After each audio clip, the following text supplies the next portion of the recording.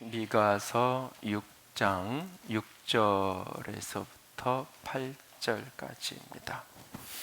6절에서 8절 우리 다 함께 읽겠습니다. 내가 무엇을 가지고 여호와 앞에 나아가며 높으신 하나님께 경배할까? 내가 번제물로 1년 된 송아지를 가지고 그 앞에 나아갈까? 여호와께서 천천의 순양으로 만만의 강물 같은 기름을 기뻐하실까? 내 허물을 위하여 맏아들을 내 영혼의 죄로 말미암아 내 몸의 열매를 드릴까? 사람아, 주께서 선한 것이 무엇임을 내게 보이셨나니 여호와께서 내게 구하시는 것은 오직 정의를 행하며 인자를 사랑하며 겸손하게 내 하나님과 함께 행하는 것이 아니냐. 아멘. 기도합니다. 영광의 하나님, 사랑의 하나님, 이 시간 살아계신 주의 음성을 듣기 원합니다. 성령께서 우리 가운데 함께하여 주시고 말씀하여 주시옵소서. 연약한 종을 십자가 뒤에 가려주시고 살아계신 주님만, 영광의 주님만 온전히 드러나는 귀하고 복되고 아름다운 영광의 시간으로 주님 사로잡아 주시고 붙들어 주시옵소서. 오직 주 앞에 서서 주의 음성을 함께 나누는 모두가 되기를 원합니다. 성령께서 온전히 우리를 붙들어 주시기 원하며 우리 주님 예수님 이름으로 기도드렸습니다. 아멘. 저희 둘째 예람이의 이렇게 오른쪽 아랫배를 이렇게 볼 때마다 두 가지 감정이 묘하게 교차하는 것을 느끼곤 합니다. 그해 12월 31일 송구영신 예배를 한참 준비하고 있는데 아이가 배가 아프다고 그런다 그래서 그럼 데리고 응급실을 병원을 가라고 그래서 이제 응급실로 이제 가서 뭐 이것저것 검사를 하고 몇 시간이 지나서 전화가 왔어요. 아무래도 입원을 시키든지 이게 맹장 쪽에 문제가 있는 것 같다고. 그래서 제가 이제 전화로 급한 위급 상황이냐고 위급하냐고 물었어요. 그랬더니 의사가 위급한 건 아니라고, 그러면 그냥 데리고 오라고, 예배를 드려야 되니까 송구영 예배를 해야 되니까 데리고 오라. 그래서 그것도 오라 그러면 와요. 또 말을 잘 들으니까 또 데리고 교회로 와서 예배를 준비하고 뭐 이렇게 다 드렸어요. 새벽까지 축복 기도를 다 해주고 이제 아침이 됐는데 아이는 이제 아프다고 이제 떼글떼글 그러죠. 그래서 이제 급하게 이제 병원을 그 새해 첫날이잖아요.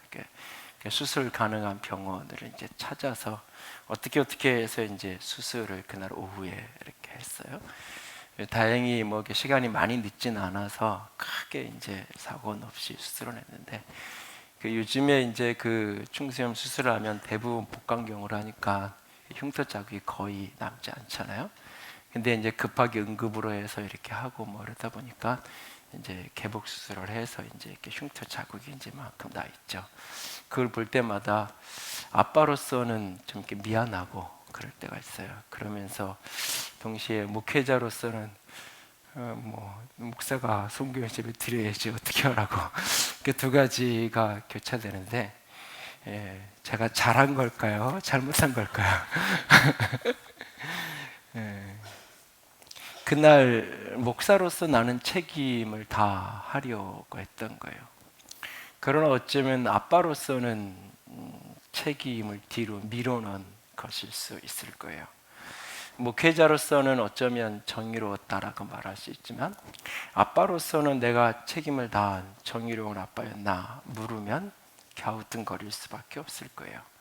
오늘 지금 이 순간 또 나에게 똑같진 않지만 어떤 비슷한 그와 같은 선택의 순간에 내가 놓인다면 나는 어떤 선택을 오늘 하게 될까?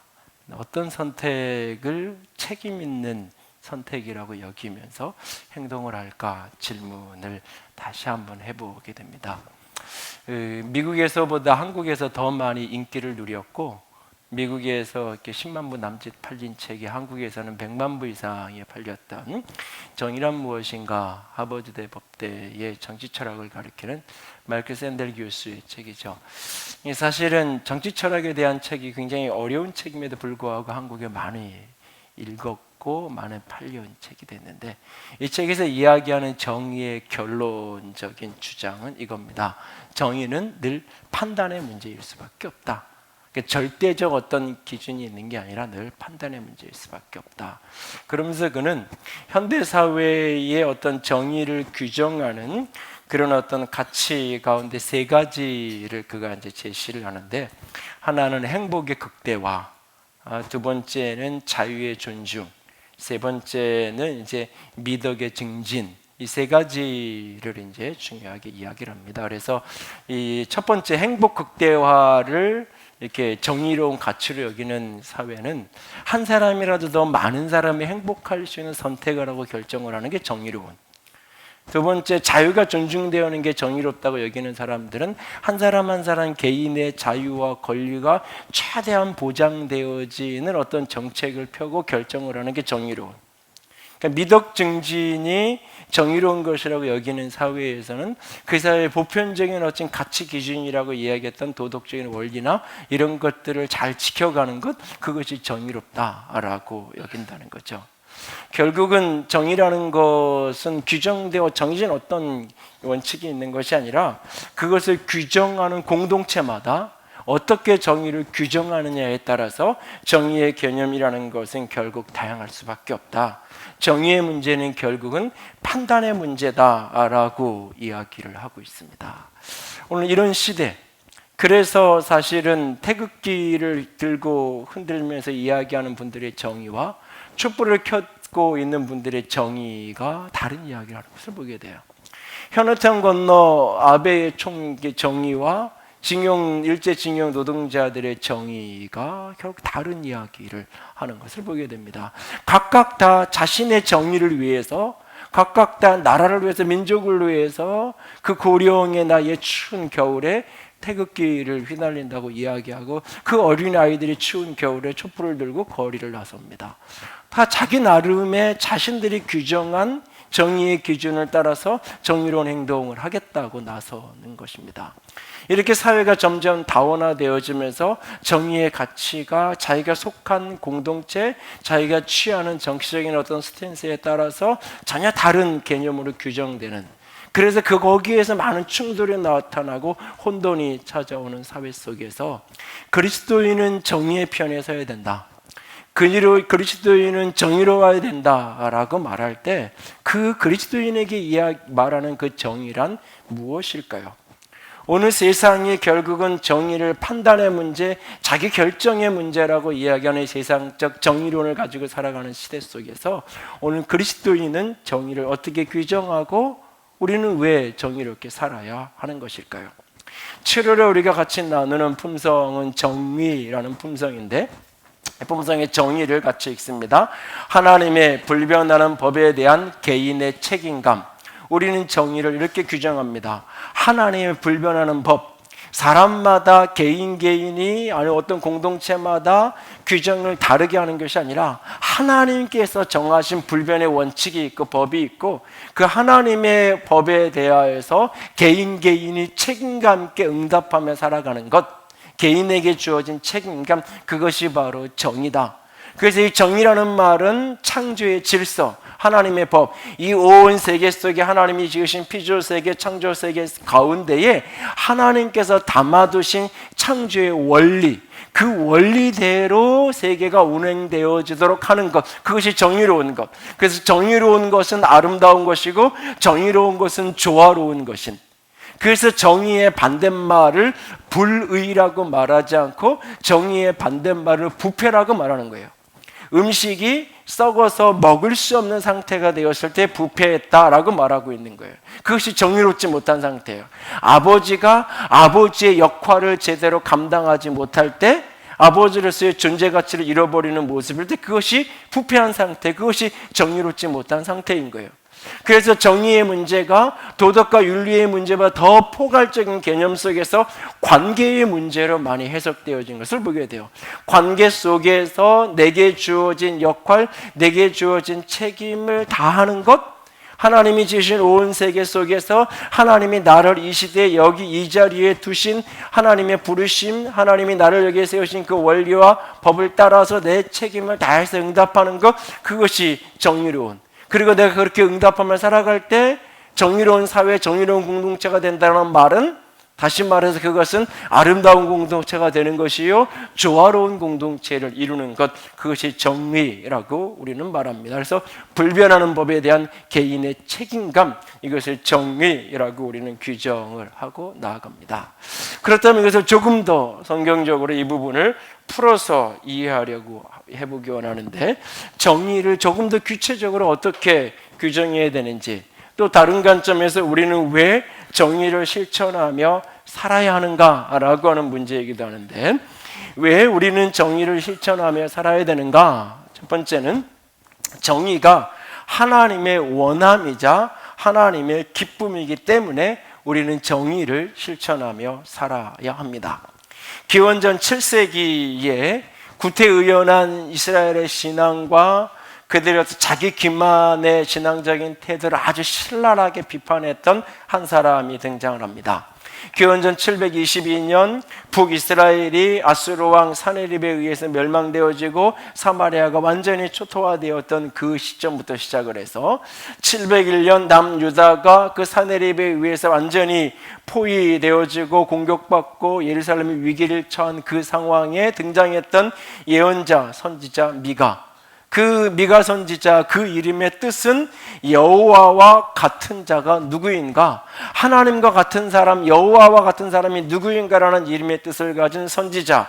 그는 예루살렘에서부터 남서쪽으로 30여 킬로 떨어져 있는 모레셋이라는 시골 마을 출신으로서 약 50년간 예루살렘에 머물면서 부패하고 타락한 그 시대의 권력자들과 종교와 여러 가지 것들을 비난하고 비판하면서 아주 냉혹한 그런 어떤 심판의 메시지를 설교했던 선지자가 바로 미가 선지자입니다. 이 미가 선지자를 통해서 하나님은 우리에게 하나님이 원하는 게 무엇인지, 하나님이 기뻐하시는 게 무엇인지를 아주 명확하고 단순하게 말씀을 통해서 우리에게 가르쳐주고 있어요. 오늘 함께 읽었던 본문 미가서 6장 6절에서 8절을 보면, 내가 무엇을 가지고 하나님 앞에 나아갈까? 하나님 앞에 그 높으신 하나님께 무엇을 가지고 내가 경외함을, 하나님을 경배하고 하나님을 예배하는 것을 내가 표현할 수 있을까? 내가 이 번제물을 가지고 하나님께 나아가면 하나님이 좋아하실까? 천천의 수양 수만 마리의 양을 또는 수만 리터의 그 올리브 기름을 가지고 하나님께 나아가면 하나님이 기뻐하실까? 아니면 내가 내 맏아들을, 아니면 이쁘고 아름다운 아이들을 하나님께 인신 제물로 그렇게 제사로 드리면 하나님이 내 죄를 용서해 주실까? 아니라고 이야기하고 있어요. 아니라고. 무엇인가를 가지고 나아가는 종교 의식이 하나님이 원하시는 본질이 아니라, 하나님이 원하시는 것, 그것은 너에게 내가 보여주고 알려주었다. 그게 뭐냐? 오늘 미가서 6장 8절에 다시 한번 선명하게 우리에게 말씀되고 있어요. 한 번 더 같이 읽습니다. 사람아, 주께서 선한 것이 무엇임을 내게 보이셨나니 여호와께서 내게 구하시는 것은 오직 정의를 행하며 인자를 사랑하며 겸손하게 내 하나님과 함께 행하는 것이 아니냐라고 우리에게 묻어요. 예레미야 선지자는 같은 이야기를 조금 다른 각도에서 이렇게 이야기해요. 예레미야 9장 24절 같이 읽습니다. 자랑하는 자는 이것으로 자랑할지니 곧 명철하여 나를 아는 것과 나 여호와는 사랑과 정의와 공의를 땅에 행하는 자인 줄 깨닫는 것이라. 나는 이 일을 기뻐하노라. 하나님은 이 땅에 사랑과 정의와 공의를 행하는 분인 것을 너희들이 깨달을 때 내가 그것을 기뻐한다라고 말하고 있어요. 예수님은 또 이런 이야기를 하셨어요. 마태복음 23장 23절 같이 읽습니다. 화 있을진저 외식하는 서기관들과 바리새인들이여, 너희가 박하와 회양과 근처의 11조를 드리되 율법에 더 중한 바 정의와 긍휼과 믿음을 버렸도다. 그러나 저것도 버리지 말아야 할지니라. 이제 오늘 말씀을 잘못 이해하면 모든 종교의식이 필요 없다, 모든 형식으로서의 예배는 무가치한 것이다 라고 말할 수 있어요. 오늘 여기에서 나오는 이 구절처럼 이 조미료의 11조까지 드리는 너희들아, 너희들이 더 그보다 중요한 율법의 핵심인 정의와 긍휼과 믿음, 의와 인과 신을 버렸다, 의와 인과 신을 되찾아야 된다, 그러니까 11조 안 해도 돼. 예수님은 이것도 저것도 버리지 말라는 이야기를 하고 있어요. 더 중요한 게 무엇인가를 우리에게 이야기하고 싶은 거예요. 토라라고 이야기하는 율법의 핵심 내용은 세 가지: 의와 인과 신.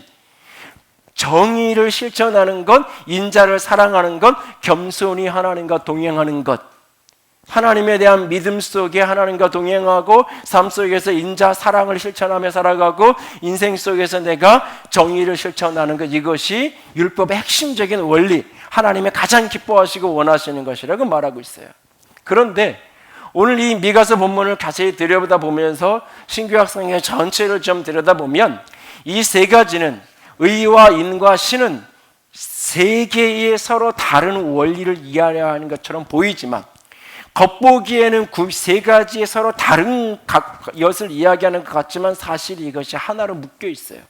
그러니까 하나님과의 관계 속에서 겸손하게 하나님과 동행하는 사람, 늘 하나님을 의식하고 하나님의 임재를 느끼고 하나님과 동행하며 살아가는 사람, 우리가 쉽게 교회 안에서 쓰는 표현으로 바꿔서 얘기하면 영적인 사람, 신령한 사람, 하나님과 굉장히 친밀하고 친한 사람, 그런 사람의 내면은 어떤 상태냐? 인자를 사랑하며, 여기서 인자라는 헤세드, 무조건적인 긍휼의 은혜, 긍휼의 은혜를 추구하고 또 추구하는, 인자를 사랑한다라는 말 때 이 사랑이라는 이 단어, 여기 번역하는 이 단어는 간구한다, 구한다, 추구한다, 희구한다, 그런 의미의 표현.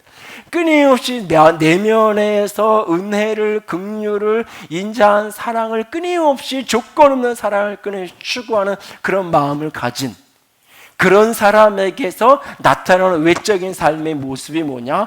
정의를 실천하는. 그러니까 정의를 실천하는 것은 겉으로 보이는 거예요. 그 겉으로 보이는 것의 내면이 뭐냐? 긍휼한 마음, 인자를 사랑하는 마음. 이것이 어디서부터 오냐면 하나님과의 겸손한 동행에서부터 오는 거예요. 다시 말해서 어떤 한 사람이 있어, 이 사람이 하나님과 동행하는 사람이냐 아니냐, 하나님과 친한 사람이냐 그렇지 않으냐, 다른 말로 바꾸면 이 사람이 영적이냐 아니냐, 이 사람이 믿음이 좋은 사람이냐 아니냐 라고 하는 것을 우리는 알 길이 없어요. 이 사람이 하나님과 동행하고 친한지는 하나님이 아는 거지 우리는 몰라요. 제3자는. 저 사람의 누군가의 마음에 인자한 사랑이 가득 찬지, 그래서 하나님의 은혜의 사랑이 충만한 상태로 살아가는지 우리는 알 길이 없어요. 우리가 보고 알 수 있는 건 뭐냐면 하나님과의 관계가 내면의 인자함이 삶으로 드러나는 거예요. 행위로 드러나는 거예요. 행위로 드러날 때 어떻게 들어가느냐? 그것이 정의를 실천하는 것에 드러나는 거예요.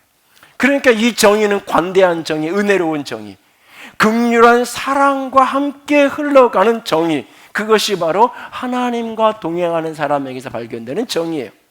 이 정의라고 번역된 이 미스파트라는 이 히브리어 단어는 구약 성경에서 200여 회 사용돼요. 근데 200여 회 사용된 이 단어에 여러 가지 용례를 이렇게 그룹을 이렇게 넣어 지어서 해석을 하면 가장 단순하고 기본적인 의미가 뭐냐? 사람을 공평하게 대한다. 그래서 정의라는 말 수식어로 자주 따라 붙는 게 공평한 정의, 공평하게 행한다. 공평과 정의 같이 늘 따라 붙는 거예요. 사람을 차별 없이 공평하게 대하는 것. 이 말은 자연스럽게 어떤 의미가 되냐면 그 사람에게 주어야 될 합당한 몫을 치루어주는 것. 그것이 징벌이든지 어떤 벌이든지 그것이 상이든지 그 사람을 보호하고 보살펴주는 것이든지 상관없이 그 사람이 누구냐와 상관없이 공평하고 공정하게 그 사람에게 주어야 될 벌도 상도 공정하게 그 사람에게 주어지는 것. 그 사람이 어떤 외모를 가졌던 어디 출신이든 상관없이 공평하게 한 사람에게 그 사람에게 주어질 목, 그것이 때로는 벌이어도 그 사람에 대한 보살핌도 사랑도 이것이 합당한 몫이 지불되어지는 상태, 그것을 정의로운 상태. 그래서 이 정의라고 하는 이 단어가 구약 성경에서는 이 성경의 4대 취약계층이라고 표현하는 고아와 과부와 나그네와 가난한 사람들과의 관계성과 같이 늘 맞물려서 이 표현이 등장해요. 어떻게 고아를 대하고 과부를 대하고 가난하고 이 나그네들 4대 취약계층을 표현한 현대어로 언어로 바꾸면 난민들과 비정규직 노동자들과 이 홀로 이렇게 혼자서 배우자 없이 자녀들을 키워야 되는 경우나 노숙진이나 어쩌면 노약자들이나 이런 어떤 다양한 사회적인 취약계층, 그거와 관계하면서 늘 정의라는 표현이 언급된다는 거예요. 그들의 외적인 취약함에 상관없이 공평하게 그들을 대하는지, 그들에게 마땅히 돌아가야 될 몫을, 그것이 상이든 벌이든지 마땅한 몫을 정당하게 공정하게 치루어주고 있는지, 그것이 정의랑 아주 밀접하게 연결되어서 다루어지고 있다는 사실이에요. 여러분, 시편에 이런 구절이 있어요. 그 거룩한 처소에 계신 하나님은 고아의 아버지며 과부의 재판장이다. 우리는 성경에서 이런 구절을 한두 번 접했기 때문에 익숙해요. 그런가 보다 해요.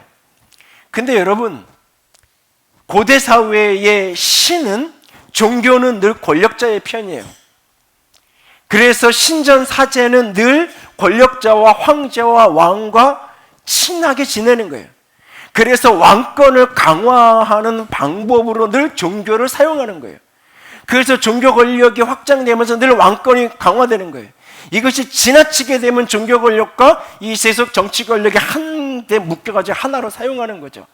그래서 늘 이 세상에 경험하는 신은 어떤 존재냐? 권력자의 신이에요. 왕의 신이에요. 그것이 극단으로 가면 황제가고 신인 거예요. 일본의 천황은 신적인 존재잖아요. 그러니까 그런 식으로 확대 발전하는 거예요.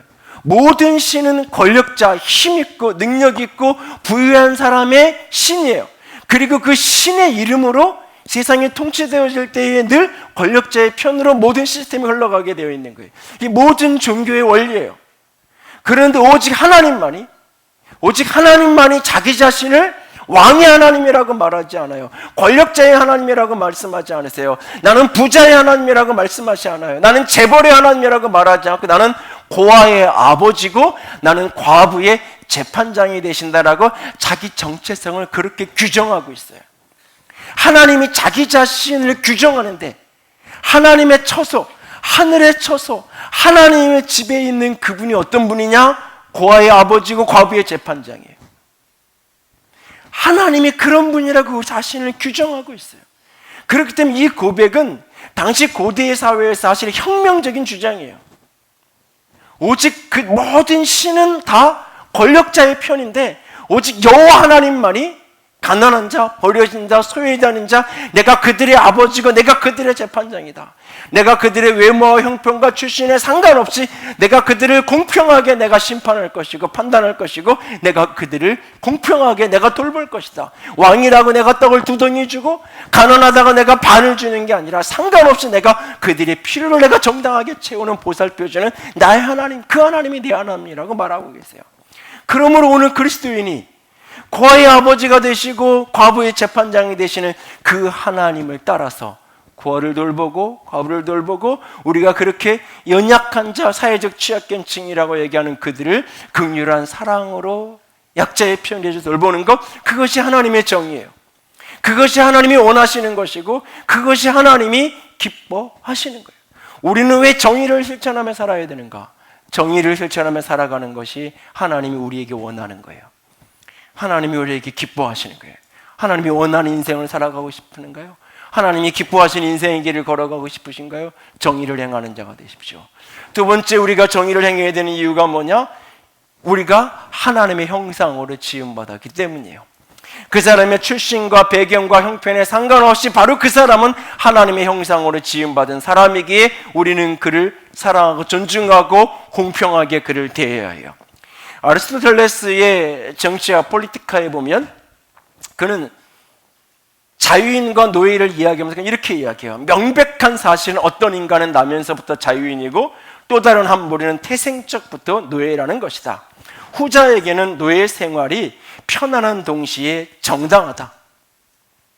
태어날 때부터 이성적인 능력을 가진, 이성적인 사고를 가진 정치적인 인간, 자유와 평화를 추구할 줄 아는 그런 정치적인 인간이 있고, 태어날 때부터 육체 노동에 적합하게 만들어져서 노예로 태어난 사람이 있다는 거예요. 이것이 고대인의 인간관이에요. 사람은 태어날 때부터 금수저고 흙수저고, 태어날 때부터 너는 그런 인생을 살아갈 수밖에 없는 그런 인생의 운명, 태어날 때부터 어떤 사람은 사람이고 어떤 사람은 그냥 일꾼이고, 이것이 세상이 이야기하는 인간관이에요. 그런데 하나님은 아니, 모든 사람이다, 모든 사람이 다 하나님의 형상으로 지음받은 하나님 닮은 존재다라고 이야기하시는 거예요. C.S. 루이스는 이런 이야기를 하죠. 평범한 인간이란 없다. 여태까지 내가 만나서 대화 나누었던 사람들 가운데 범부라고 이야기할 수 있는 사람은 단 한 사람도 없다. 인간은 하나님과 더불어 영원을 살도록 지음받았다. 모든 인간, 모든 사람은 하나님과 더불어 영원을 살도록 지음받았다. 그래서 창세기 9장 6절 우리에게 이렇게 말씀하시는 거예요. 같이 읽습니다. 다른 사람의 피를 흘리면 그 사람의 피도 흘릴 것이니 이는 하나님이 자기 형상대로 사람을 지으셨음이니라. 살인하지 말아야 될 이유가 뭐냐? 그 사람이 하나님의 형상이기 때문에. 야고보서 3장 9절과 10절 같이 읽습니다. 이것으로 우리가 주 하나님을 찬송하고 또 이것으로 하나님의 형상으로 지음을 받은 사람을 저주하나니 한 입에서 찬송과 저주가 나오는도다. 내 형제들아, 이것이 마땅하지 아니하냐 라고 물고 있어요. 사람에게 내가 저주하고 말하면 안 되는 이유가 뭐냐? 하나님의 형상으로 지음받았기 때문에. 오늘 미가서 6장 8절에 보면 사람아 라고 시작해요. 사람아. 히브리 언어 그 아담아. 창세기 2장에 하나님께서 아담을 지으시고 아담아라고 부르잖아요. 바로 그 아담. 흙으로 지어진 한 줌 흙에 불과한 존재. 그러나 하나님의 형상으로 지어졌기 때문에 하나님과 교통할 수 있는 존재, 하나님과 같은 존재로 지음받은 인생. 너는 아담아, 너는 하나님의 사람이다, 너는 하나님의 형상이다. 비록 세상은 너를 한 줌의 진흙에 불과하다고 말하는지 모르지만, 세상은 너희 모두를 다 흙수저와 같은 인생이라고 말하는지 모르지만, 나는 너를 나의 형상으로 지음받았다라고, 나는 너를 나를 닮은 자라고, 나는 너를 나와 같은 자로 내가 지었다라고, 그래서 나와 교통하고 나의 사랑받는 자라고 말씀하고 계시는 거예요. 그래서 하나님의 형상으로 지음받은 그 한 사람을 어떻게 대하느냐가 하나님을 어떻게 대하는가랑 같이 맞물리는 거예요. 잠언 14장 31절 같이 읽습니다. 가난한 사람을 학대하는 자는 이를 멸시하는 자요, 궁핍한 사람을 불쌍히 여기는 자는 주를 공경하는 자니라. 가난한 사람을 멸시하면 그 사람을 하나님이 지었는데 지으신 하나님을 멸시하는 것. 궁핍한 사람을 불쌍히 여기면 하나님을 공경하는 것. 하나님을 공경하고 싶은 거예요? 불쌍한 궁핍한 사람을 불쌍히 여기니 하나님을 공경. 예수님이 명확하고 단순하게 얘기하셨잖아요. 양과 염소를 비유해서. 나에게, 그 가난한 사람, 배고프고 굶주리고 목마른 그에게 한 것이 나에게 한 거고, 그에게 하지 않은 게 나에게 하지 않은 것이라고 예수님이 우리에게 말씀해 주셨잖아요. 우리가 왜 끊임없이 정의를 향하며 살아야 되는가? 그 사람 한 사람 한 사람이 하나님의 형상으로 지음받았기 때문이에요. 언젠가 한 분하고 이야기를 나누는데 지나간 오래된 이야기를 하면서 가슴 아픈 이야기를 하세요. 아이가 학교를 다닐 때 여러 가지 이유로 잘 돌아보지 못했는데, 아이가 학급 회장을 하겠다고 출마를 하려고 막 친구들한테 이렇게 막 개그도 좀 할 줄 알고 그래, 인기도 있고 그래서 출마하려고 막 이렇게 추천을 하는데 선생님이 조용히 부르더니 너는 나가면 안 된다고, 그러면서 다른 거 하라고. 이유인즉슨 그거는 그 공부 잘하는 애가 좀 해서 학생부의 회장이라고 좀 이렇게 올리고, 그래서 걔가 그게 경력 관리가 돼서 대학 가는데 도움도 돼야 되는데 너는 공부 못하니까, 너는 28명, 9명 중에 27등, 8등 하는 애니까 너 같은 애는 회장하면, 대놓고 그렇게 말하자니 내용의 본질은 그거예요. 그 아이가 그때 상처를 받고 기가 꺾여서 힘들고, 한참을 지났는데 언제가 한 분을 만났는데 옛날에 참 이런 일이 있어서 힘들었다고 그런 얘기를 하셨어요. 성적으로 하나이는 사람이고 하나이는 하면 안 되는 아이거든. 신입사원 입사원서에 입사 지원서에 거기에 포스트잇으로 라벨이 쫙 붙어가지고 이건 누가 추천한 사람, 누가 추천한 사람, 누가 어디서 온 사람, 이게 다 있어가지고 그 있는 사람들만 쭉 추려가지고 먼저 보고 제일 힘센 분이 한 사람부터 먼저 합격시키고, 그렇지 않은 입사원서는 들여다보지도 않고, 사람이 줄이 누가 갖고 있느냐에 따라서 사람이 되기도 하고, 어떤 사람은 입사원서조차 읽어주지도 않는 사람이 되잖아요. 오늘 우리 속에서 내 곁에 있는 한 사람 한 사람들을 우리가 대할 때 어떻게 대하고 있는지, 정규직인 사람이고 비정규직인 사람이 아닌가요? 저 3층에 사는 집주인은 사람이고 저 반지하 구석방에 단칸방에 사는 사람은 사람이 아닌가요? 교회 올 때 버스를 타고 오는 사람은 사람이 아니고 BMW를 타고 오면 사람인가요? 상관없이 그들 모두가 하나님의 형상으로 지음받았기에 각각의 그 몫의 존중을 받아야 되는 것, 각각의 그 몫으로 그가 가진 외적인 어떤 형편에 상관없이 공평하게 대접받는 것, 사랑받아야 할 때 사랑받고 또 책망을 들어야 될 때 책망하는 것, 그것이 정의를 행하는 거예요. 남대문 시장에 가면 볼 수 있는 교회 가운데 하나가 상동교회라는 교회를 볼 수 있어요.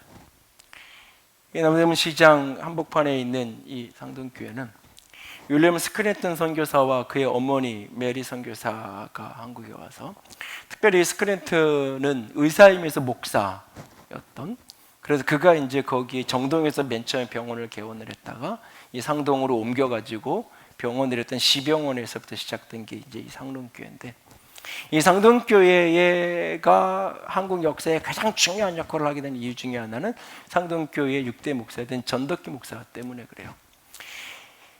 이게 헬기 밀사 사건이라든지 이혜영 선생하고 전덕기 목사님이 같이 도움을 함을 합쳐가지고 많은 독립운동의 일들을 해나가게 돼요. 사실은 이 3.1 독립운동 34년 가운데 이 상동교회 출신이 4명, 33명의 민족대표 가운데 4명이 이 교회 출신이에요. 그만큼 이제 영향력을 행사하게 되는데, 이 상동교회 이 상동교회 청년이 굉장히 독립운동에 중요한 역할을 하는데, 그의 핵심이 전덕기 목사예요. 근데 이 사람은 9살에 부모를 잃고 숙부의 집에서 얹혀 살던, 그러면서 이렇게 좀 이렇게 건달기도 있고 그러면서 숫장사를 살던 이 어린 소년이 17살에 스크랜턴을 만나요. 그 병원에, 스크랜턴이 운영하는 그 시병원에 일꾼으로 맨 처음에 들어가요. 그러다가 거기서 그 스크랜턴과 그의 어머니에게 감동을 받아서 그가 예수님을 영접하고 28의 목사가 되어서 상동교회를 새로운 청년회를 조직하고, 그러면서 많은 민족의 중요한 사건이 상동교회 지하실에서 많은 중요한 사건들이 만들어져요, 사실은. 그런데 후일리 전덕기 목사가 하는 얘기가 있어요. 무엇이 나를 예수를 믿게 만들었는지. 스크랜턴이 사람을 차별 없이 대하는 모습 때문에, 나같이 비천한 아랫사람도 평등하게 똑같이 대하는 그 모습이 내 마음을 움직였고 나를 감동시켰다고. 무엇이 저렇게 살아갈 수 있는가? 그 속에서 예수님을 본 거죠. 예수님. 오늘 우리가 왜 정의를 행하며 살아야 되는지, 그 사람이 어떤 사람이든 상관없이 9살 부모를 잃고 숙부의 집에 얹혀 사는 저 데렌저라는 일꾼이어도 하나님의 형상이기에 그를 존중하고 똑같은 사람으로 대우하는 것, 그것이 정의로운 거예요. 우리는 왜 정의를 행하며 살아야 되나요? 하나님의 원함이자 기쁨이기 때문에, 우리가 하나님의 형상으로 지음받았기 때문에, 그리고 세 번째는 하나님의 은혜로 우리가 구원받았기 때문에 그래요. 미가서는 마지막 결론에 미가서 7장 18절에 28절 아주 냉혹한 심판의 메시지를 미가 선지자가 토해내지만 마지막 결론은 은혜의 메시지로 끝나요. 미가서 7장 18절에서 20절까지 같이 읽습니다. 주와 같은 신이 어디 있으리까? 주께서는 죄악과 그 기업의 남은 자의 허물을 사유하시며 인애를 기뻐하심으로 진노를 오래 품지 아니하시나이다. 다시 우리를 불쌍히 여기셔서 우리의 죄악을 발로 밟으시고 우리의 모든 죄를 깊은 바다에 던지시리이다. 주께서 옛적에 우리 조상들에게 맹세하신 대로 야곱에게 성실을 베푸시며 아브라함에게 인애를 더하시리이다. 하나님이 성실함과 인애를 우리에게 더하신다라고 말하고 있어요. 그 수없는 심판의 메시지 속에서 특별히 정의를 잃어버린 세상을 향하여서 피를 토하던 선지자의 마지막 결론은 뭐냐? 하나님을 기억하는데 하나님은 우리에게 은혜를 주시는 분이다라는 거예요. 내가 왜 정의를 향하는 자가 되어야 되느냐? 내가 은혜 받은 사람이기 때문에 그래요. 신명기 10장 18절 19절 고아와 과부를 위하여 정의를 행하며 나그네를 사랑하며 그에게 떡과 옷을 주신다니 너희는 나그네를 사랑하라. 왜 그렇게 살아야 되나? 전에 너희도 애굽 땅에서 나그네 되었던 때가 있었다라고 하는 거예요. 내가 바로 그런 때가 있었다는 거예요. 그 은혜를 기억하고 오늘 은혜를 베푸는 자가 되어야 한다라고 우리에게 말하고 있어요. 뉴욕의 리드머 교회의 팀 켈러 목사님의 정의란 무엇인가, 정의에 대한 성경적인 메시지라는 책을 보면 그런 독특한 표현을 한마디 해요. 영적인 중산층이라는 표현을 사용해요. 그거 영적인 중산층이라고 팀 켈러 목사님이 사용할 때 그의 책을 내용을 쭉 정리를 해보면 이 정도의 카테고리를 규정을 해볼 수 있을 거예요. 그가 얘기하는 영적인 중산층이라는 건 어떤 거냐? 하나님은 나에게 빚을 주고 있다.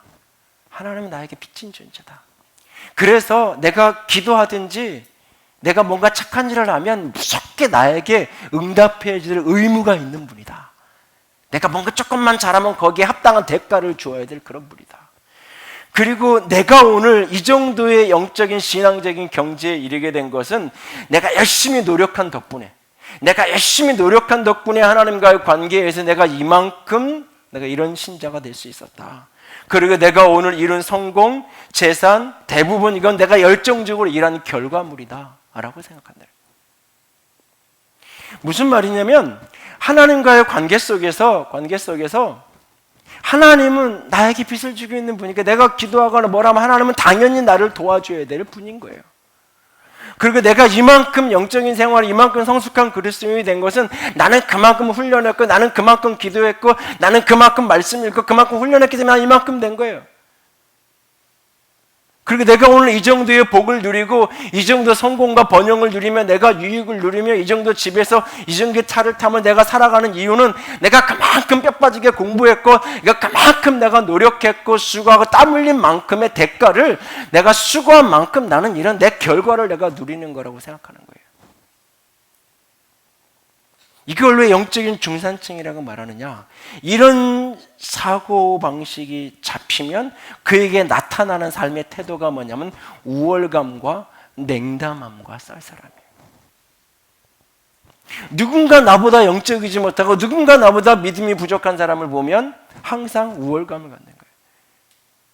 나처럼 기도하고 나처럼 훈련하고 나처럼 예배하고 찬양하면 되는데 왜 그렇게 안 하는 거야? 그러면서 그렇게 안 하는 사람에게 끊임없이 냉담해지는 거예요. 가난하고 연약한 사람들을 볼 때마다 나처럼 공부하고 나처럼 땀 흘리고 나처럼 수고했으면 이렇게 될 건데 당신은 그렇게 하지 않았기 때문이냐라고 우월해하면서 끊임없이 그런 사람 그렇게 했으니까 저 정도 대답받고 사는 건 당연한 거야. 냉담해지는 거예요. 냉담해져요. 그러니까 당신 같은 사람에겐 이 정도 월급이라도 주면 당연한 거지 뭘 더 달라고. 시급 3,000원이면 과분한 거지. 거기다 뭘 더 달라고 시급 10,000원을 달라고 어디 이야기하는지 이렇게 되는 거예요. 상황이 이렇게 형편이 이러니까 서로 살기 위해서 조금 기다려달라. 조금만 기업이 좋아지고 가게가 잘 되면 얼마든지 중요해. 지금 당신이 이렇게 주고는 우리가 문 닫아야 된다. 이 상황을 같이 나누면서 어쩔 수 없는 형편에 더 이상 이걸 올리기가 버겁다 이렇게 얘기하는 게 아니라 당신 같은 수준의 사람이 그 정도 대접받으면 당연한 거지 뭘 냉담한 거예요. 내가 이 정도 하는 건 나는 그만큼 수고했고 그만큼 했으니까 이건 당연한 거고. 영적인 중산층 사고방식을 가지면 저는 몇 년 동안 계속 지금 씨름하는 문제 중에 하나가 뭐냐면 왜 교회를 오래 다니면 다닐수록 사람들이 냉담해질까?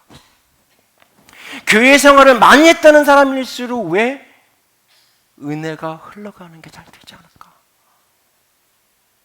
왜 작은 것 속에서 조금만 누가 나보다 더 대접받는 것 같으면 왜 그렇게 분노할까?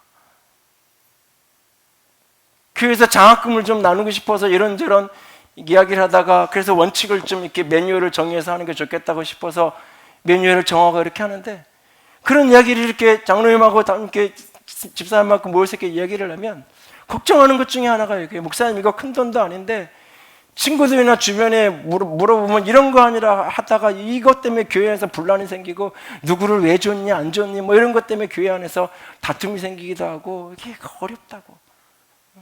그러니까 그냥 딱 고등학교 3학년 정도 되면 그냥 일률적으로 이렇게 형편되는 대로 얼마씩 이렇게 주고 그렇게 하는 게 이게 좋을지 않을까 이렇게 얘기하더라고요.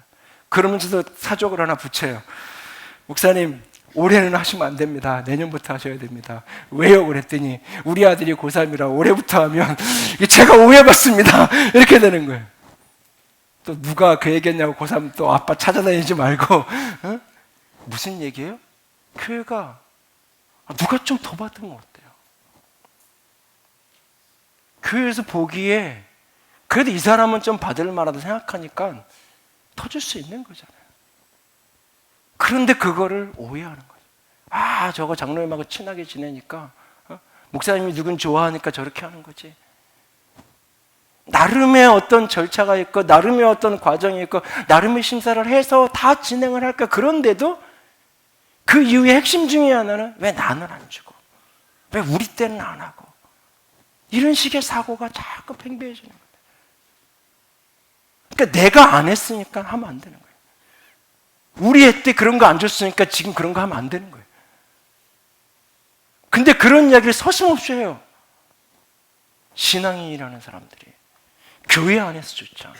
그러니 세상에 가면 바깥에 나가면 다 냉담해지고 끊임없이 쌀쌀 맞고 성공했다고 하는 사람일수록 내가 가진 게 은혜인데 내가 그런 부모 그래도 조금이라도 밀어줄 수 있는 부모 밑에서 만나서 공부할 수 있는 게 은혜인데 내가 그래도 그렇게 땀 흘릴 때 누군가가 기회를 열어준 게 은혜인데 그래서 내가 여기까지 온 건데 되돌아보면 나랑 똑같은 친구들 중에 그때 그 자리에 없을 수도 있는데 나는 자지방지 출신임에도 불구하고 그래도 은혜로 해서 내가 여기까지 왔는데 왜 지금 내가 인사고과를 매겨야 되는 사람이 됐을 때 학교 출신을 지금 내가 또 따지고 있어. 내 은혜를 기억하지 못하는 거죠. 내가 받은 은혜를 가마득하게 잃어버려. 내가 은혜 받은 사람인데 구원도 은혜고 오늘 사는 것도 은혜고 여기까지 사는 것도 은혜인데 내가 받은 은혜는 정당한 거고 탕자의 이야기에 마다들과 같은 정성. 내가 아버지 집에 있는 건 당연한 거고 아버지께 내 건 당연한 거고 저 허랑방탕하고 온 아들을 위해서 아버지가 잔치하는 건 잘못된 거고 아버지는 이야기하잖아요. 내 동생이 죽었다가 살아왔는데 잔치하는 건 마땅한 거 아니냐. 아버지는 마땅하다고 생각하는데 아들은 마땅하다고 여기지 않아요. 냉담하게 우월감으로 반응하는 거예요. 이게 정의가 사라져버린 긍휼의 인자를 잃어버린 아버지와의 동행함과 소통함이 단절되어진 껍데기뿐인 신앙의 모습인 거예요. 오늘 우리 안은 저 여러분 어떤가요? 저는 어떤가요? 서대문에 약속이 있어서 갔다가 시간에 좀 여유가 생겨서 아현동 가구거리에 있는 아현교회를 잠깐 들렸어요. 거기 아현교회 1층에 보면 카페 마리 스크랜턴 부인의 어머니였던 메리 스크랜턴을 기념하여 만든 마리 카페 마리가 있어요. 그리고 그 교회 이렇게 뒤로 이렇게 올라가 보면 스크랜턴 선교사의 흉상과 기념 이렇게 조형물들이 거기 이렇게 새겨 만들어져 있는 것을 보게 돼요. 이 스크랜턴이 의사이면서 목사였던 그가 조선 땅으로 선교를 온다 그랬을 때 이 사별하고 홀로 된 그 어머니가 53세의 나이, 당시 53세면 노인이에요. 조선의 여성들을 위해서 그래도 나도 뭔가 도울 일이 있지 않겠니?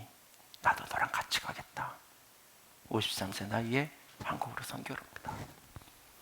그러다가 서대문을 지나다가 그 가만히에 아이를 안고 아픈 아이를 안고 쓰러져 있는 한 여인을 봅니다.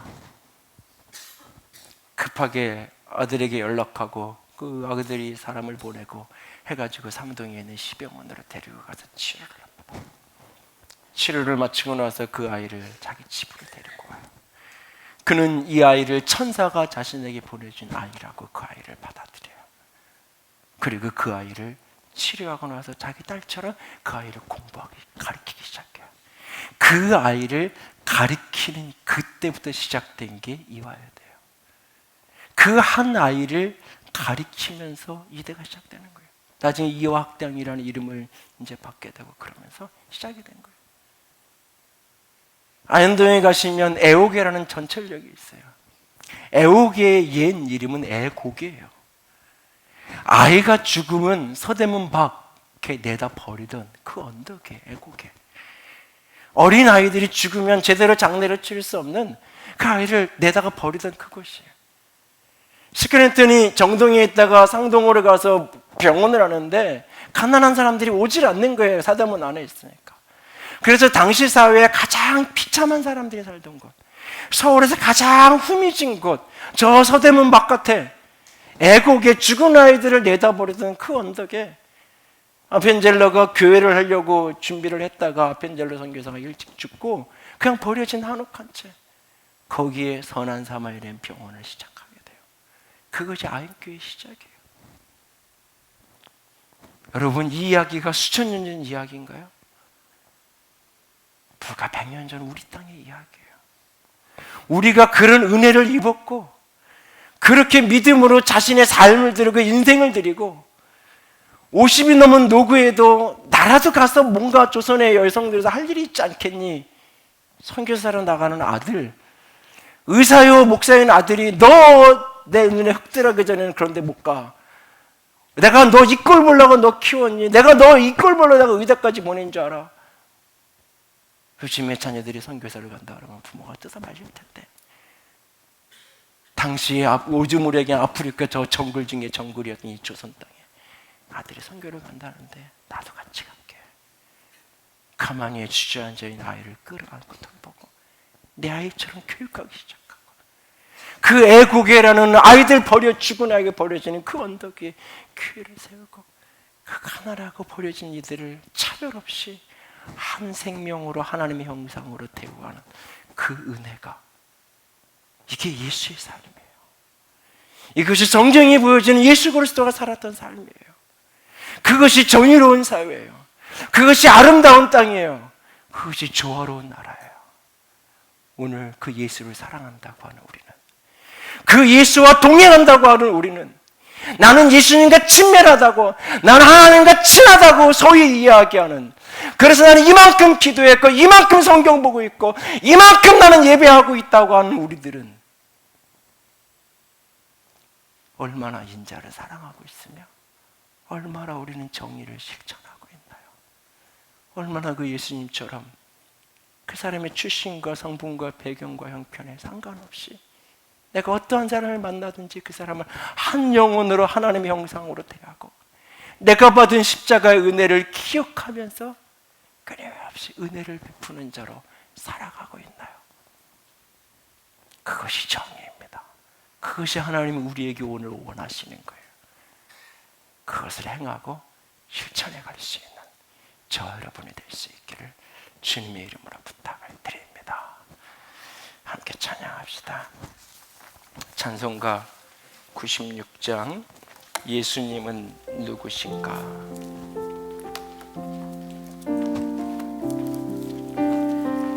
사실 이 찬양의 노랫말은 스크레튼 선교사와 동시대에 조선으로 찾았던 민노아 선교사, 자신의 아내와 두 아이를 이 땅에 잃었던, 그래서 민노아 선교사의 아들의 무덤이 지금에도 양화진 언덕에 있는, 누군가 어떤 조선 사람이 물어요. 당신이 믿는 예수는 누구시길래 당신을 이렇게 어렵게 힘들게 만드냐요? 그때 그는 조용히 앉아 나의 예수님이 누구인지를 써내려가고 그리고 노래하기 시작했어요. 내가 믿는 예수님은 이런 분이라고, 이 예수님 때문에 내가 오늘 여기에 와 있는 거라고 함께 고백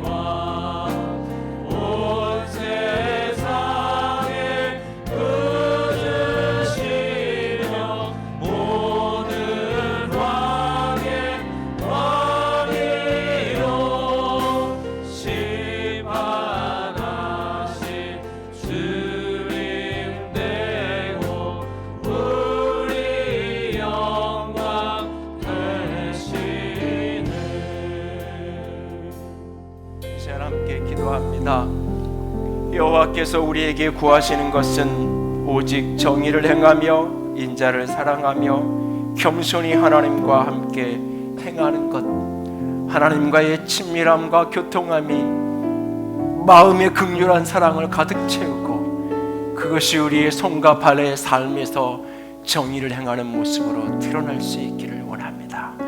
예수님이 살았던 것처럼, 그리고 100여 년 전에 우리의 신앙의 선배들이 이 땅을 찾았던 것처럼 그렇게 하나님의 은혜를 따라 은혜를 흘려보낸 자로 살아가게 하여 주시옵소서. 같이 기도합니다. 사랑의 하나님, 영광의 하나님, 주님만을 사랑합니다. 아버지의 사랑하심과 아버지의 영광 속에 아버지 주의 은혜를 흘려보내고 또 흘려보내고 또 흘려보낼 수 있는 믿음의 사람이 되기를 원합니다. 아버지 하나님의 영광으로 도우시고 하나님의 사랑으로 도우시고 아버지 주의 거룩하심으로 주의 아름다우심으로 주의 영광 되심으로 가득 아버지 우리를 붙들어 주시옵소서. 아버지 우리의 마음과 영혼과 중심을 주님 우리를 사로잡아 주시옵소서. 아버지 주의 빛으로 주의 사랑으로 영광으로 주께 함으로 주님 우리를 붙들어 주시옵소서. 영광의 주님 영광의 주님 영광의 주님 고아의 아버지가 되시며 거부의 재판장이 되십니다. 이 하나님 나 그대를 사랑하라고 하신 하나님, 가난한 자를 도우라고 하신 하나님, 약한 자의 편이 될 수 있게 하시고 그의 곁에 머물게 하시고 그와 함께 걸어갈 수 있는 믿음의 사람이 될 수 있도록 아버지 우리를 붙들어 주시옵소서.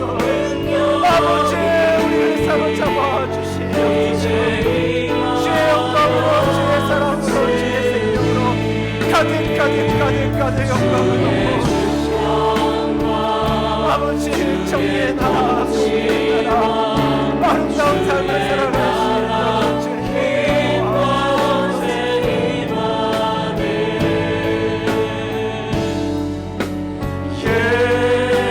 예수 하나님의 공의.